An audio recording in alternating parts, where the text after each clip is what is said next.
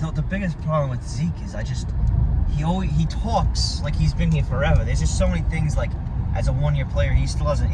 He's never sat on Santa's lap.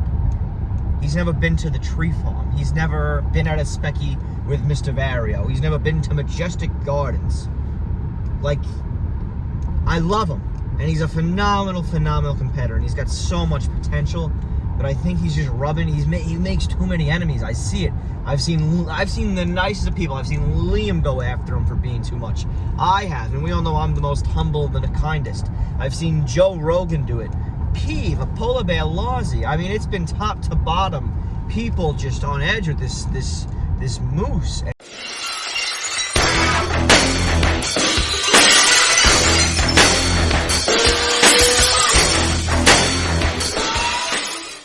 Welcome back to the first week of the second season of the Snowflake Smitty Snowy Sunday Spectacular Show Part 2 with Coach Christmas, who I was finally able to track down. He stopped doing Bobby Flay's fence, and he decided to come through for a quick run at Miller's where we got overcharged and didn't have too satisfactory of a time, to be frank with you. $10 for a French onion. I mean, at the end of the day, we barely even ate, and it was like $40. That's inflation. Thank you, Joe. But, you know, I'm recording this Sunday night at 10 p.m., meaning 2 hours after 6S Season 2 Episode 1 came out, and also after Zeke's response video came out to my video. Now, Zeke, I want to ask, where in that video did you see an inconsistency? Because we just watched it again, and we both still don't see it. I don't know if this is something that you're playing on to kind of get more attention, or if it's becoming a running gag or something. There's been inconsistencies in the past, but I don't see a single spot where I really floundered on this. Do you see anything? No, I was watching intently. There was definitely no contradicting. I mean, you basically said you thought you should have gone 1 or 2. You think Zeke deserves to go 2 and we underrated him, but you definitely think you could have gone 2. Absolutely. I think those two things can be said in the same breath. You think you should have, but you see where the committee is coming from. You respect the committee's decision, which is what you should. It's a very veteran, classy move. Within the response video that I got from Zeke, he said that he didn't know where I saw him landing. I did see you as 3, Zeke. I saw myself as either 1 or 2, followed by Coach Christmas, or preceded by Coach Christmas, and then you right after. But, I mean, nevertheless, I did give you credit for your spot. I in no way was putting you down for being picked ahead of me. In fact, multiple times I said, like, hey, good for him. He deserves the spot. Whether or not that aligns with my opinion and where I want to go is irrelevant. I was giving you all the credit you needed. I wasn't putting you down. But, you know, cascading on from this, we finally have Coach Christmas on. He is going first overall for the for the 87th year in a row. That make that an inconsistency. Anything you want to say?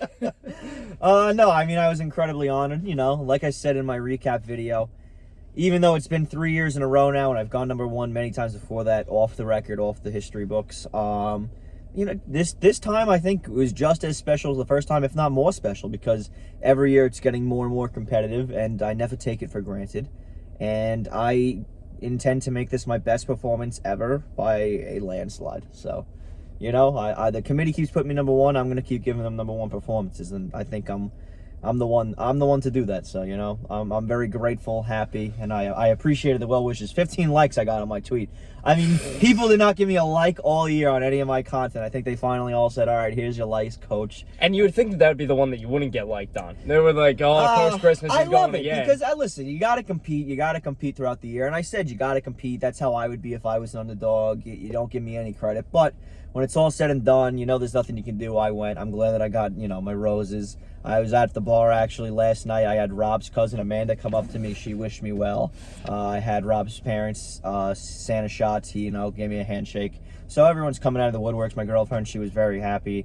My grandmother called me for the first time in 3 years. Said, happy, you know, congratulations. I know this is really big for you. So everyone's really, really happy. So I'm glad. It meant a lot to me. I'm happy, too. I mean, you do deserve it, as I said in 6S Season 2, Episode 1. I did say that you deserved it, and I did say that Zeke deserved number 2. Following that, pick number 3. Don't just say me because I'm sitting next to you, but who do you see going number 3? Listen, first off, Zeke, I see the case for Zeke at number 2. I think he definitely could have dropped as low as 4. No lower than 4. I could have easily seen Zeke going 3, though, 100%. I could have seen you going 2, Lars going 2, or Zeke going 2. Nobody else. That being said, Zeke went 2. For number 3, it's between, in my opinion, it's between you and Lars. Nobody else. I understand Mistletoe Matt and Yuletide Yosef and Candy Cane Costa are all tremendous. You have what your bull case is a better year than Lars last year. So out of the people remaining, you have the best year, tied with Liam Costa. Yeah. You both have 1.75 performance grades last year. And you have, in my opinion, not controversial to say, by far the best campaign this year. Because while, yes, I know Justin doesn't put out content outside of 6S, really. 7S. Right, besides 7S, which was a phenomenal piece of content. He doesn't need to, because 6S is an hour-long episode most of the time. When you include the fact that he's usually driving to a guest's house, this, that, and the other thing, editing it, letting it upload, which takes multiple hours. I mean, that's a huge chunk of work. And, I mean, you definitely do get in on Twitter. So, hourly effort put in, you do the most. And 6S is the most flagship program. All due respect to Mistletoe Matt, and Bomb Rookies. I mean, Zeke, something about Justin's show has just turned into, like, Sunday night, get to go there with your friends and watch it. Bomb Rookies is phenomenal, but I think just the fact that it's 9 minutes and 11 seconds is like, oh, I'm going to sit down with a bowl of cereal and watch this. Not right now. I'm Coach Keto. I don't know if you knew this about me. I'm on the ketosis diet. Not today because of Mike's birthday, whole 9 yards. But he's dark. He is. And moral of the story, Justin, in my opinion, has the best campaign. So that's his bull case. Best and I don't campaign, think it's even an argument, really. And coming off a phenomenal year. Your bear case is the 2 years on your slate, which everyone knows about, but I don't know how much that's going to matter, because if we pick a guy like Zeke, he wasn't even there those 2 years, so is it better to not be there than to be there and perform badly? I'm going to say clearly yes, because name one thing that you've seen out of me that I haven't topped Zeke in the past year. What's one aspect that Zeke has over than me? I mean, in the last year? Statistically, plates by a bit, and did he have a rounded number? Right. No, I understand. He had what, 5.6? No, that's what I'm saying. No, he had 5.25. That was it was pretty slight. I mean, half a plate at that point, when you're at the point of throwing up, is a lot, but it's also, in the grand scheme of things, not. Nonetheless, number 3 is between you and Lars. Zeke keeps putting out this wild take that Lars is a number 5 pick, which is absurd. I just don't even understand it. It's bad for the sport to have a take like that, in my opinion, because it's just so asinine. Lars has two performance grades. A 2 is a B, which is a pretty good grade in Specky history. There have not been like tons of 2s thrown around. Zeke came out and got a 1 last year, which we'll get into. He's got to stop saying that he's got to stop saying me and Coach are the only 2 to have A performances, because my A and his A, 2 different A's. I'm capitalized, he's lowercase. All right, he's a B plus if he's lucky compared to my A. What was I, an enlarged B plus? You might have been a cursive B. Regardless, Zeke saying Lars goes number 5, I just don't agree with. So it's between you and Lars. Lars's bull case, still a phenomenal campaign. Not as good as yours, but phenomenal. A lot. Zeke keeps saying Lars hasn't had a good campaign. We're talking. I don't know where you don't see a good campaign out of Lars. My Specky off the bat, which is just like hours of graphic design and creativity. Then you have him going around to college campuses, which is, I mean, he went out to Iona, did that, was a phenomenal piece. And we had the big Ryan Hollins video, which is another bomb. And Lars is, very active on Twitter. He gets after it. So, and my Specky's always tweeting. Plus the second pick last year. Listen, I'll make the bull case for Lars just by saying the fact that he came up with original content. Yeah. Not many people in this race, other than, I mean, everybody's kind of just yoinking off 6S at this point. And yeah. I don't want to make it into like a dick argument. Like, I love the shows that have spawned out of 6S. But to say that Lars's campaign isn't good enough when all of his ideas are original, you don't see anybody else doing what he's doing. It's not as much time as like a Bomb Rookies or whatever necessarily. I've seen the graphic design that goes into it. It takes some time. But it's also right, like you said, it's a completely different idea, and it serves its purpose. Like, the fact that we can bet on the spectacular, like, I made money betting on myself going number 1. The Specky bracket is, like, phenomenal. Like, that was really fun. Yeah. Nobody has it right except for Jingle Bombs right now. Like, it's fun to watch how we all kind of got that wrong. And that's been going, so that, even like, he's active on the MySpecky Twitter and his own Twitter. And, like, I mentioned it to people, and granted, people is Rob, and Rob's, you know, whoo-hoo. But I told him, like, oh, yeah, MySpecky. He's like, wait a minute, Laws runs MySpecky? I think he thought it was actually a party in Croatia. But, no, like, and then, again, the college, that was a phenomenal piece, and the Ryan Hollins was one of the best pieces ever. So one of the best, by far. Yeah, Laws has phenomenal pieces of content, and they're all unique. Same with Joe. Joe has unique pieces of content when they come out. It's hard to think of these things. Arguably, Joe is the most unique. Because Joe, like, the amount of effort that goes into these videos, like, Lars's are unique, and they get the whole crowd going. But something about Joe's videos is just, they just have that homemade touch and creativity. His time machine video and effort into that would have taken me literally, that's like a school project that you work all quarter on. Like, it would have taken me 3 weeks to work on that. That's what I'm saying. Like, you just can't compare something like that to an episode of Bomb Rookies, which is phenomenal in its own right, and that's Zeke's lane. But there's a lot of people going that way. So if Lars started a podcast every week, it'd be lame in my opinion. Like, there's no room for another podcast in the Spectacular. It's just not cool. There wasn't even enough I room loved after I created Liam Candy Cane, arguably Candy Cane with that TikTok. If Candy Cane if he's the TikTok guy of the Spectacular, he's gonna run with it because it's unique, it's different, and even though they're only 6 seconds, bro, that was hilarious. It was such a good piece of content, and it swung momentum so much in his way. Now I think Liam's looking potentially at a pick. He's duking it out, but I think, well, Mistletoe Matt, same thing. I love the live show aspect of his thing. That's absolutely phenomenal. It's definitely a little bit different, and I love it. I love Mary Matt. I keep getting Mary Madness and Mistletoe Matt. The double M's a killer, and then we got the Mary Mobster. Mistletoe Matt also this Christmas time. That phenomenon. Oh my God. Mistletoe Matt's really created some waves. So that's what I'm saying. I like when people have their own thing and it's very unique. And I'm not saying Bomb Rookies isn't unique. I mean, the 9/11 aspect and stuff like that. It's a phenomenal show, but I don't think it's head and shoulders above what other people are doing. The only reason I give that kind of credit to 6S is because 6S is an hour-long plus production just in recorded time, not counting any times that something happens to the file. The time Which just happened with the Liam episode, I almost had to retake it. That's what I'm saying. So stuff like that. But so Lars and Justin, anyone else besides Lars or Justin getting picked is a shame to me. I would be very surprised.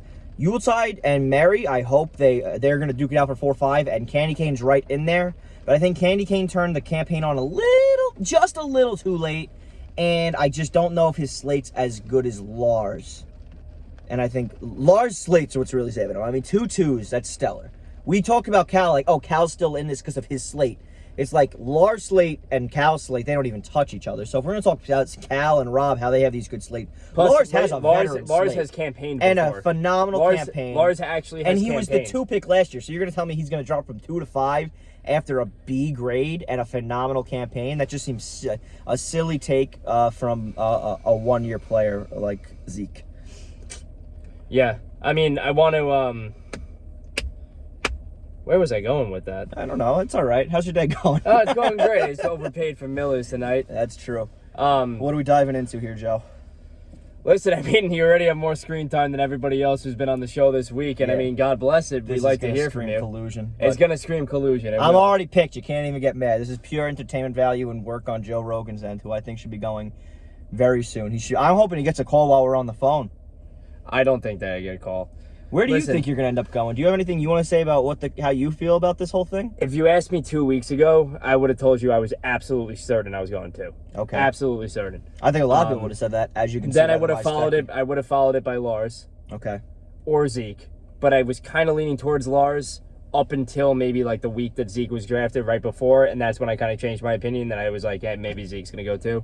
Yeah, my specky bracket, I think I had me, Lars, you, Zeke.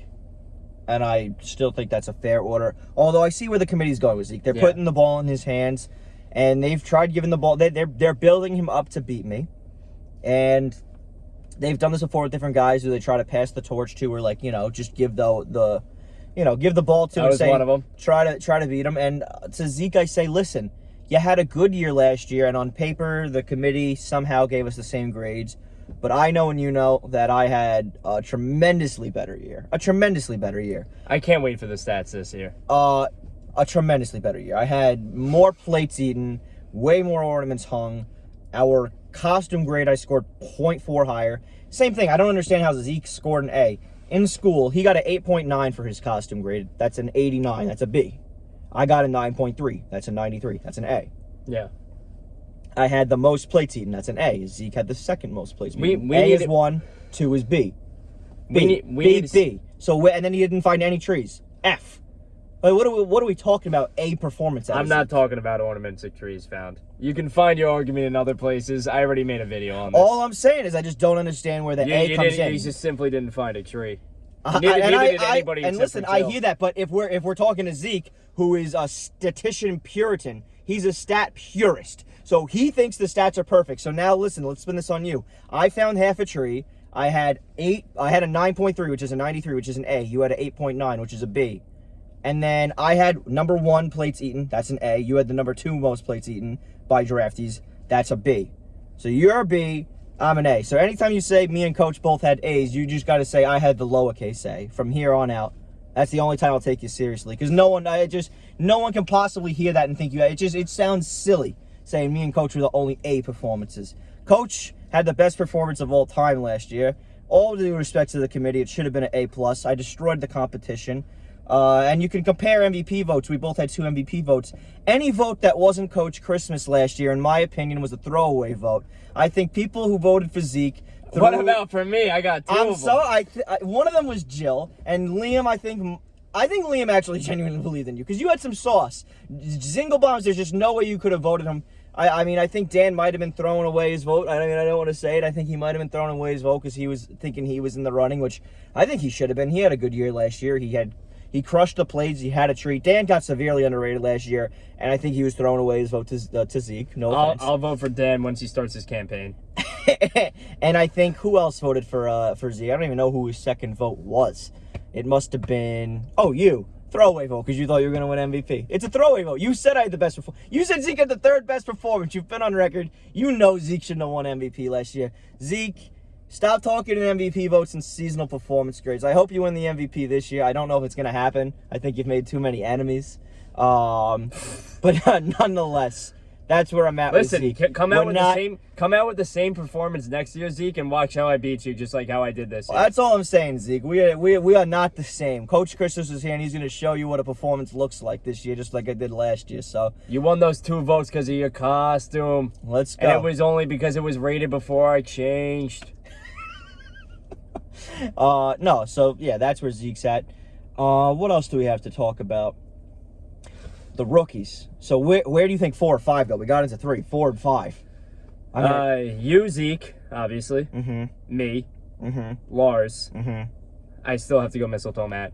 I'm not faltering on it. I still have to go Mistletoe Matt. All right, so let's roll reverse here just for a second, just because I think the people want to hear Joe Rogan's take more than mine, arguably. No, they've already heard it so many times at this point. They're probably sick of it. Mistletoe Matt's gonna get in over Yuletide? Listen, and Candy Cane. And this is not me playing favorites or anything. Mistletoe has the model of consistency. Yes, it's similar to my campaign. I mean, we already talked about it. He said that he drew inspiration for his campaign off of my campaign. Right. But on top of that, the videos that he's been dropping lately, the amount of positivity he spreads, the kid has not made one enemy yet. Not saying that Joe has. Not saying that most other people have. Like, this kid, he's the most likable person, arguably, other than Costa, that's running, or Joe. Just solid campaign. He's got the Monday morning, he's got the Christmas time, he's got the supplemental videos, he's likable. This new series might throw him into a pick. He's a rookie. This new series is so good it might throw him into a pick, because when I tell you I was pissing myself at that Dominic the Donkey. Oh my God, I couldn't even. And the gluttony was phenomenal. And I don't think anything's made me laugh as hard as that did so far. No. And I love the fact that he's going with things that the committee looks at in a prospective candidate. So it's like gluttony, cheer, and he's just saying, this is why I should be picked for gluttony, putting out a video. That, in my opinion, when I originally thought of what is campaigning, and the way I used to run my campaigns, it used to be very much like that. I used to say, oh, this is what I did last year as far as gluttony goes. Matt is killing it and making his case so good. It's crazy to think that Yuletide wouldn't make it, though. It is. But I can't possibly kick out Lars. Lars, in my opinion, I have him as a Leafy lock. Can't get knocked out. No, Lars is in. I'd be shocked if you didn't make it. There's just that bare case because of the 2 years. I think you should get picked 100,000,000%. But I think the committee might. It's crazy when you go from potential first overall pick It's 3 crazy. weeks ago to you're possibly not even getting picked this week. It is crazy, but And I I didn't even think do there's anything. I think there is a potential out there that Yuletide, because I think Yuletide has to make it. Everyone wants to see what this kid can do if he gets drafted. And I don't want to fucking not count. I don't want to count out Candy Cane because the kid had 1.75 last year, which is better than Lars and just as good a grade as you. His campaign just kind of didn't have the life till the end. And it might be just enough. We'll have to see. Best race of all time. I said in my episode that I guess I recorded today that you were the model of consistency for the spectacular. A tier down from that, models of a model of a model of consistency, but a tier down from you would probably be Costa. Costa's Yeah. somebody who every year he comes, you know what to expect, you know it's going to be great, shows out, loves Christmas, loves the whole team. The kid is consistent as they come. I just drank a picture of beer, so I'm sorry if I'm slurring, Zeke. I got hair in my mouth. I like that. You see that? That's just fucking disgusting. That was just in my mouth. I saw it on the camera. But, no, Candy Cane is super consistent. The only reason he's not a sure thing, possibly even a 2-pick, is that 1 year he missed that Zeke, again, wasn't even here for. I believe we have to do away with that. And that doesn't help me at all by saying that, but if there is a legitimate reason, such as you are in San Francisco, in LA, wherever you go to school, Liam, if you're in school and you literally can't come home, I don't think that should be. That should just be a blank slate. That year doesn't count. So when you talk about your 3-year slate, it's the other 2 years. Well, it's just tough. It's like, unless you are literally home and you're just neglecting the activity, you're just not showing up like, oh, you got plans with somebody else, then it should count. It's tough. I think we should vote on it. I think we should vote on it. Zeke is over Liam because of the fact, obviously because he had an A, a lowercase a, or a B plus is what I'm going to call it, last year. It's a B if I got a B plus. Right, it's not an A. It's not the same A I got. You can either call mine an A plus Zeke, or I'm going to call you lowercase a Zeke. That's your new name, lowercase a Zeke. But Liam wasn't there. He still did the FaceTime and all that. Like, how do you compare that to a rookie who just didn't come at all 2 years ago? But it's like Matt and Zeke were still kind of they were in the friend group. Like, why didn't they get picked? I guess it's better to be picked and to not be picked and not come than to be picked and not come. But also, Liam was picked knowing basically. But Liam wasn't even picked, so I don't understand how he got the hurt grade.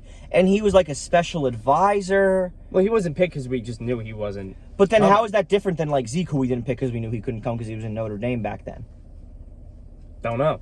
Listen, this is why we need a complete revision of these fucking stats. I think, these stats, every day, there's another argument where, you look at something in the stats and you're like, how is that even possible? How did I get a lower attire grade than Cal? How did I do that?